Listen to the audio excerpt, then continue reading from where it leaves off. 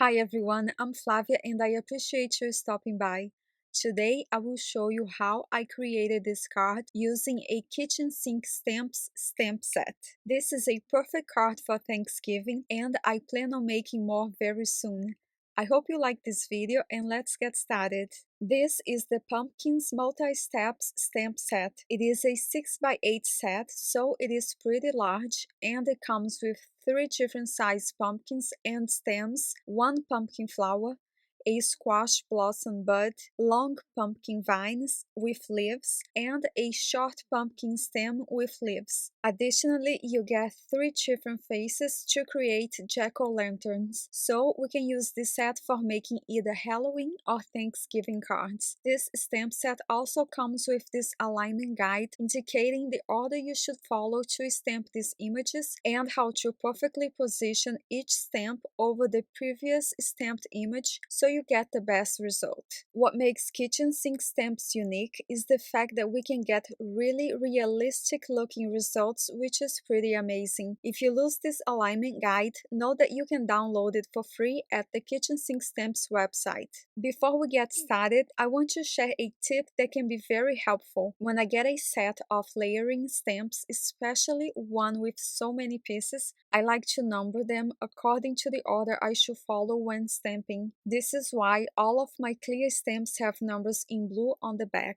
You can use any type of permanent marker to do this. Another tip is to remove the stamps that you plan on using and place them on your desk in the right order so you don't have to worry about it when you start stamping. I actually like to place them on this laminated piece of paper so it is easier for me to move them around. And here are the colors of inks that I will be using today. I chose Autumnal Crisp Dye inks because I love the colors and I collect the mini ink cubes. They come in sets of 4 shades of the same color, so it is perfect for layered stamping. The sets that we have here are Green Valley, Pocket Full of Sunshine, Warm and Cozy, and Coffee Break.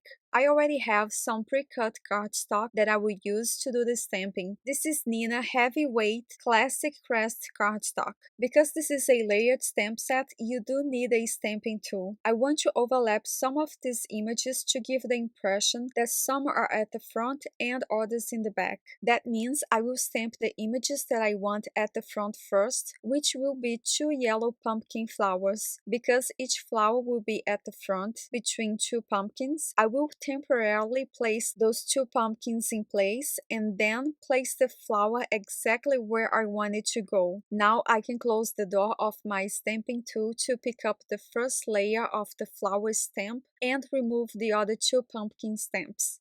There are 4 layers for this flower. That means I will be using all 4 shades of the yellow ink from the Pocket Full of Sunshine set. I will start with the lightest color and stamp the last layer with the darkest. To clean up each stamp, I will wipe the ink off with a cloth and place the stamp back on my desk, following the order of stamping so I stay organized. I will repeat this exact same process and add another yellow flower on the left. I did that off camera and now I will mask these 2 flowers so I can stamp over them. To mask these flowers, I will actually heat emboss them with clear embossing powder, which will make them very glossy. The first step to heat embossing is to prep your cardstock with an anti-static powder to keep the embossing powder from sticking to the areas that you do not want to heat emboss. I will use the stamp number 1 because it is a solid image and it will completely cover this flower, which is what I want. I want to protect this entire flower so we can stamp the pumpkin over them and be able to wipe it off. I know it might sound confusing, but it will make sense soon, so stick with me. I am using a watermark pad to stamp over these flowers and clear embossing powder.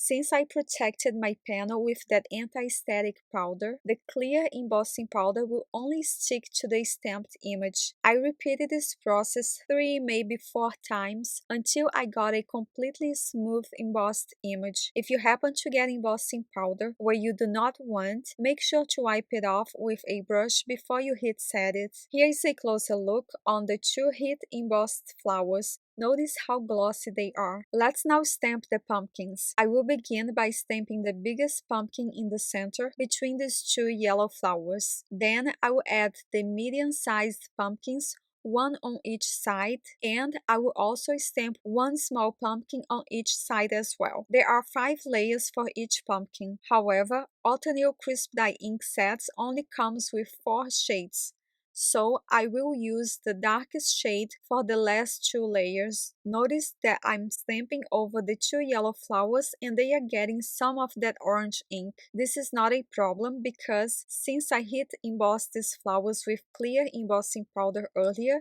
I will be able to wipe off the orange ink from these yellow flowers with a dry cloth, no problem. Once I'm finished stamping this big pumpkin, I will also protect it with clear embossing powder so I can continue to overlap the next pumpkins.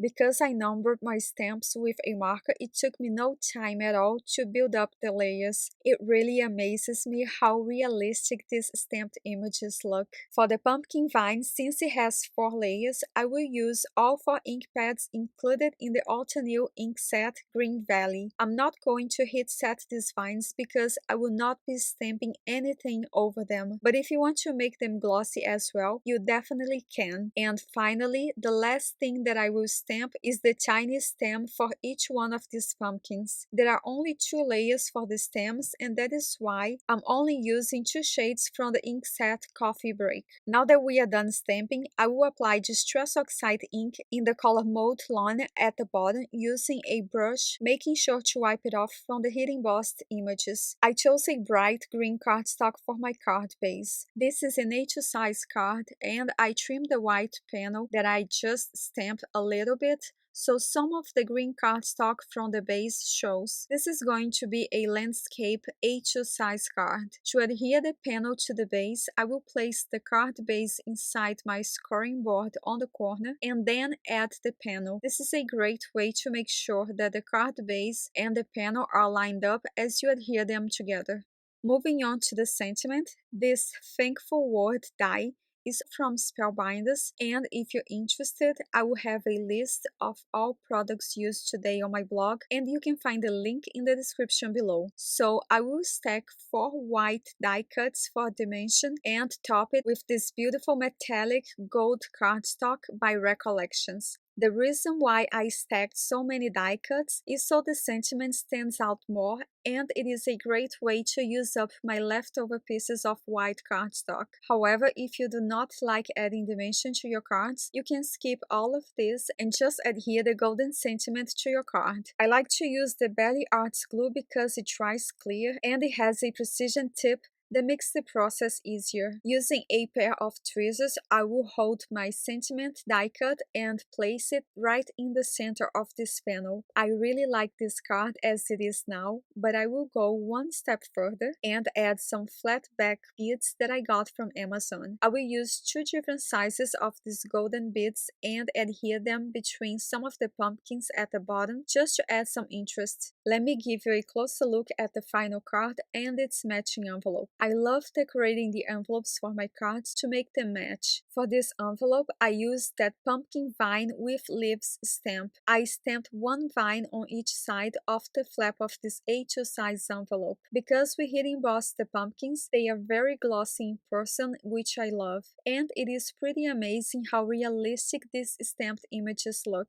So with this video, I hope you feel inspired to get your fall or Thanksgiving card production going. I will have in the description below links to my blog and Instagram where you can find more information and pictures of this card. If you like this video, please give it a thumbs up and subscribe to my channel so you do not miss the next one. Thank you so much for watching, have a wonderful day, and I hope to see you again soon.